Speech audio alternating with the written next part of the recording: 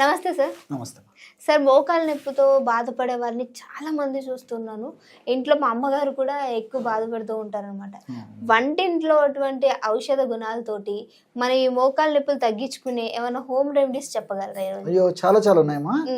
So 1,00,000 ఉన్నాయమ్మా. So మంచి ప్రశ్న అడిగారు. మరి మీ ఇంట్లో కూడా పాపం ఎవరో సఫర్ అవుతున్నారని చెప్పారమ్మా. ఇలా ప్రతి ఇంట్లో ఇంచుమించు ఎవరో ఒకరి మోకాళ్ళ నొప్పులతో సఫర్ అవుతుంటారమ్మా.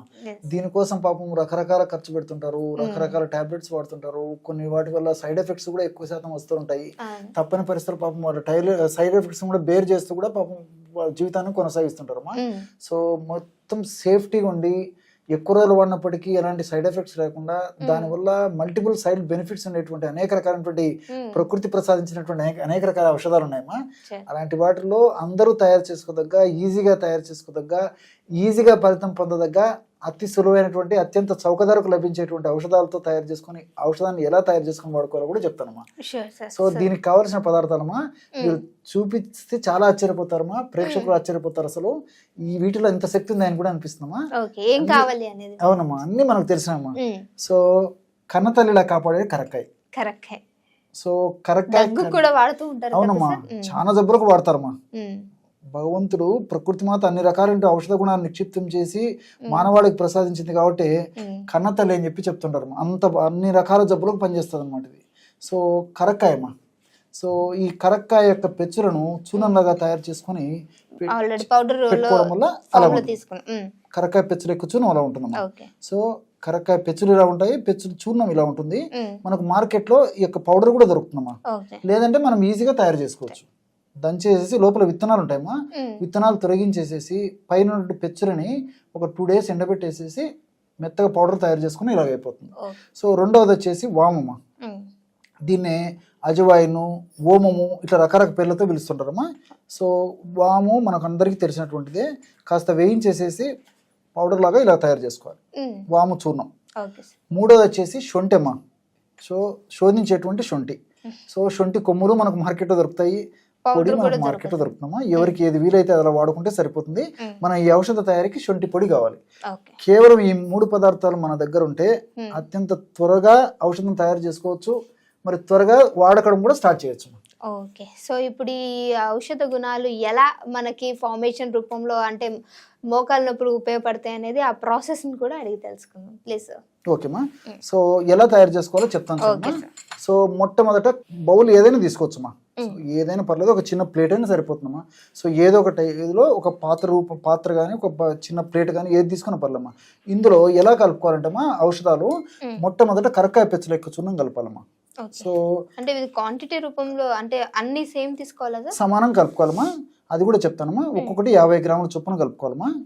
సో ఔషధం తయారు చేసి చూపించేందుకు ఇక్కడ కొద్దిగా మాత్రమే మన ప్రేక్షకులకు చూపించేదానికి కలపడం జరుగుతుందమ్మా. మన వాళ్ళు ప్రేక్షకులు వాడదగినటువంటి వాళ్ళు ఈ యొక్క చూర్ణాన్ని ఒక 50 గ్రాములు తీసుకోవాలి.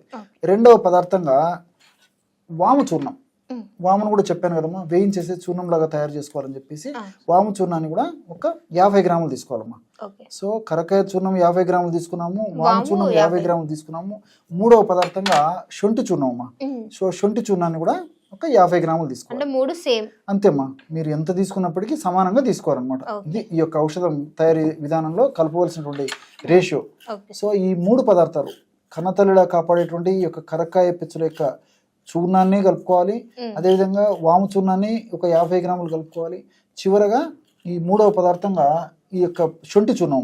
శొంఠి చూర్ణాన్ని కూడా ఒక 50 గ్రాములు కలుపుకోవాలి. ఈ 3 పదార్థాలు కలపడం వల్ల బ్రహ్మాండమైనటువంటి ఈ మోకాళ్ళ నొప్పులు తగ్గించేటువంటి ఔషధం రెడీ అయిపోతుందమ్మా. ఈ యొక్క 3 పదార్థాలు కలపడం వల్ల 150 గ్రాముల ఔషధం తయారవుతుంది. కాబట్టి ఈ 150 గ్రాముల ఔషధము మనకి 1 నెలకి సరిపోతుందమ్మా. సో అది కూడా క్యాల్కులేషన్ అమ్మా. సో నెలకు ఈ 150 గ్రాముల ఔషధాన్ని మనం వాడుకొని తర్వాత మళ్ళీ ఫ్రెష్గా తయారు చేసుకొని వాడుకోవాలి. బ్రహ్మాండమైనటువంటి మోకాళ్ళ నొప్పులు తగ్గించేటువంటి చూర్ణం రెడీ అయిపోయిందమ్మా. అత్యంత చౌక ధరకే బ్రహ్మాండమైనటువంటి చూర్ణం రెడీ అయిపోయింది. అవి కూడా మన ఇంట్లో దొరికేవే, బయటికి వెళ్ళి అంత కష్టపడాల్సినటువంటి కాదు, ఎక్కువ రేటుతో కూడినటువంటివి కాదు.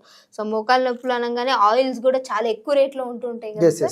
సో మరి దీన్ని ఎలా తీసుకోవాలనేది కూడా అడిగి తెలుసుకుందాం. సో అంటే ఏ ప్రొవిజన్ లో తీసుకోవాలని చెప్తానమ్మా. ఈ యొక్క పదార్థాన్ని ఈ విధంగా తయారు చేసుకున్న తర్వాత ఒక నెలకు సరిపోతుంది కదమ్మా, ఒక కంటైనర్ నిల్వ ఉంచుకోవాలమ్మా. ఒక గాజు సీసాలు నిల్వ ఉంచుకొని రోజు వాడుకుంటున్నారు. మనం తయారు చేసుకోవడం ఒక్క పూట మహా అంటే ఒక అరగంట గంట టైం పడుతున్నాం, అంతకంటే టైం కూడా స్పెండ్ చేయాల్సిన అవసరం లేదు. ఒక్క నెల పాటు వాడుకోవచ్చు తల్లి.